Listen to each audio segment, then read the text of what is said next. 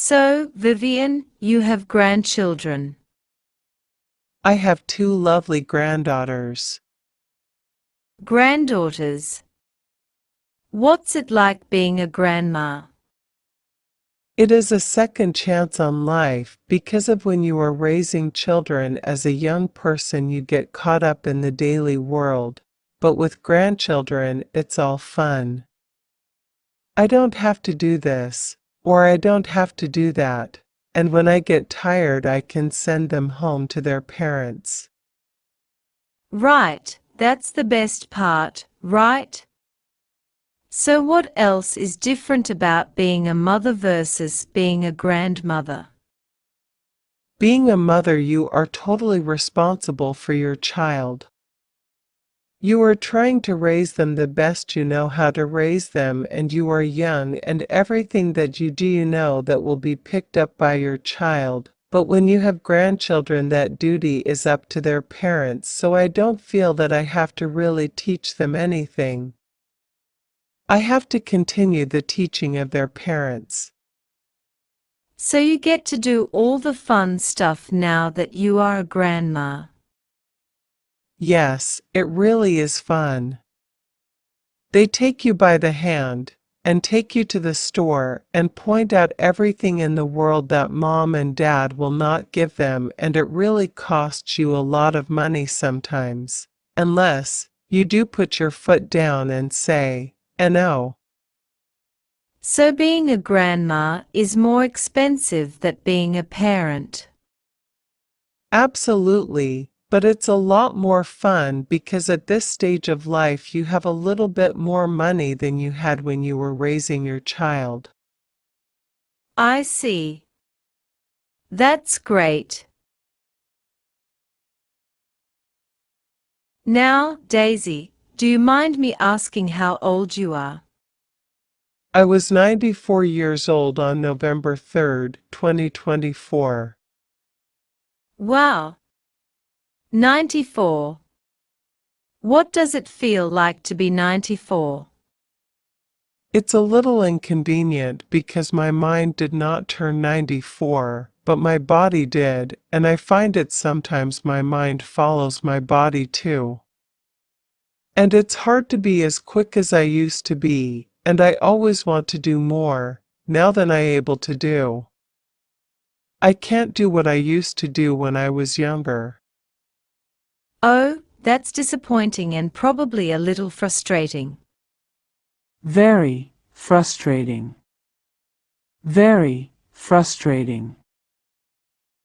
Especially when you have been active all of your life and all of a sudden things are just have slowed down to where you can't do all those running around, flying around tasks that you used to be able to do in the morning.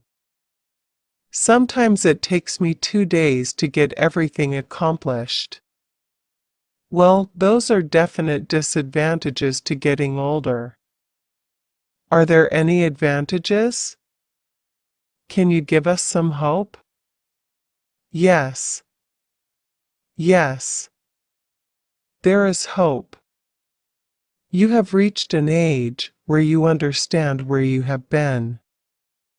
I'm very fortunate that I lived in the 1900s. I was born in 1927. I saw the airplane invented. I saw the beginning of penicillin. I saw the medication for polio, which stopped it in its track. I saw so many things. World War II. I was married in World War II, and my husband went overseas for 2 years during that time, and my first 2 years of marriage was by letters, so it's a good time. You look back on all those things, and you are glad to be part of it. You begin to understand the changes that are taking place just as they took place when you were young. But you don't come to that realization until you become old. You don't become wiser. You just become more knowledgeable. Well, that does not sound so bad.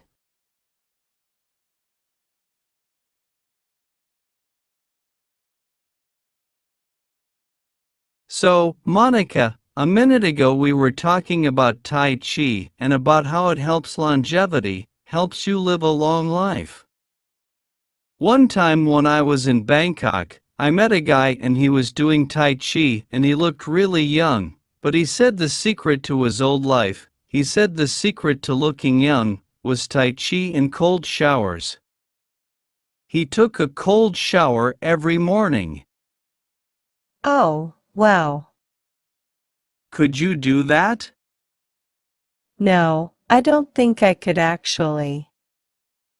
Yeah, I actually tried it for a while and I tried it for about a week and I did feel so energized and it was easy in Bangkok, 'cause it's really warm, but I couldn't keep it up, especially not that I'm in the cold climate.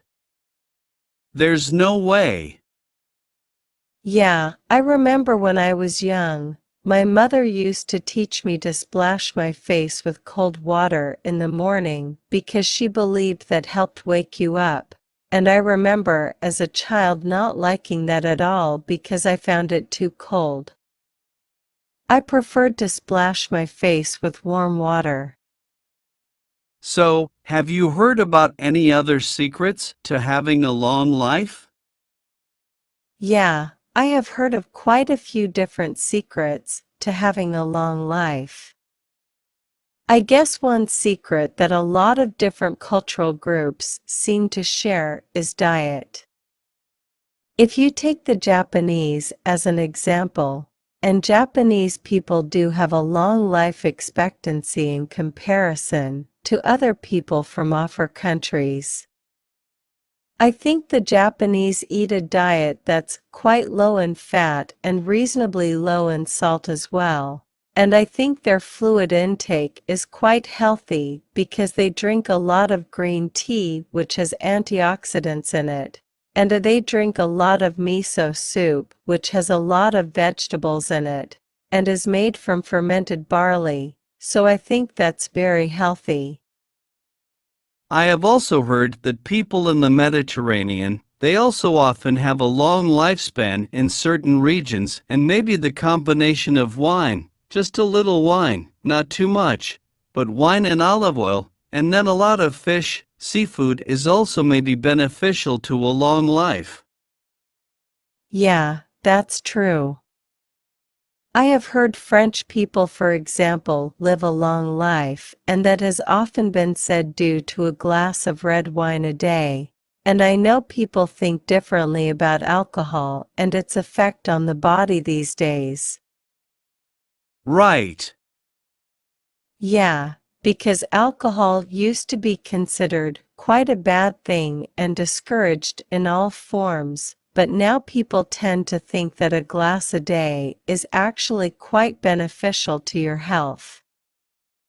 I have also actually heard that people that laugh a lot tend to live longer.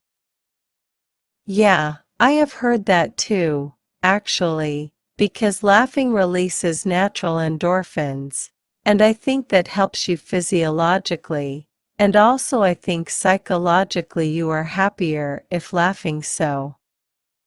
Yeah, I think that long life is related to how you are feeling, and I think a lot of it is psychological as well as physical. For example, how much you are eating and what types of food you are eating. Yeah, I guess I am kind of in the same boat, but I just don't know if I laugh that much.